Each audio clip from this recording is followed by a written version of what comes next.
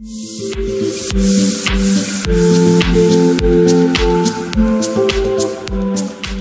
Республикасынын мамлекеттик органдарындагы жаңы QR-код аркылуу кайтарым байланыш системасы. Кыргыз Республикасынын жаратылыш ресурстары, экология жана техникалык көзөмөл министрлигинин Кыргыз геология кызматы жаңы QR-код ыкмасын ишке киргизди. Эми ар бир жаран мамлекеттик кызматтын сапаты тууралуу өз оюн оңой жана тез бөлүшө алат. Кантип пикир калтыруу керек? Смартфон камерасын иштетип QR-кодду сканерлеңиз. Ачылган шилтемеге өтүп, система берген көрсөтмөлөрдү аткарыңыз.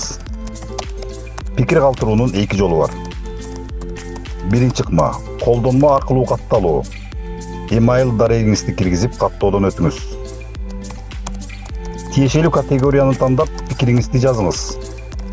Жөнөттүңүз, болду.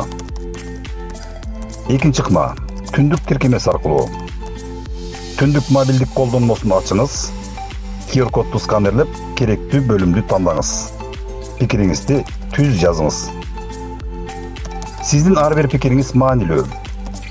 Ал Кыргыз Республикасынын жаратылыш ресурстары, экология жана техникалык көзөмөл министрлигинин Кыргыз геология кызматынын иш сапатын жогорулатууга жана жарандар үчүн шарттарды жакшыртууга жардам берет.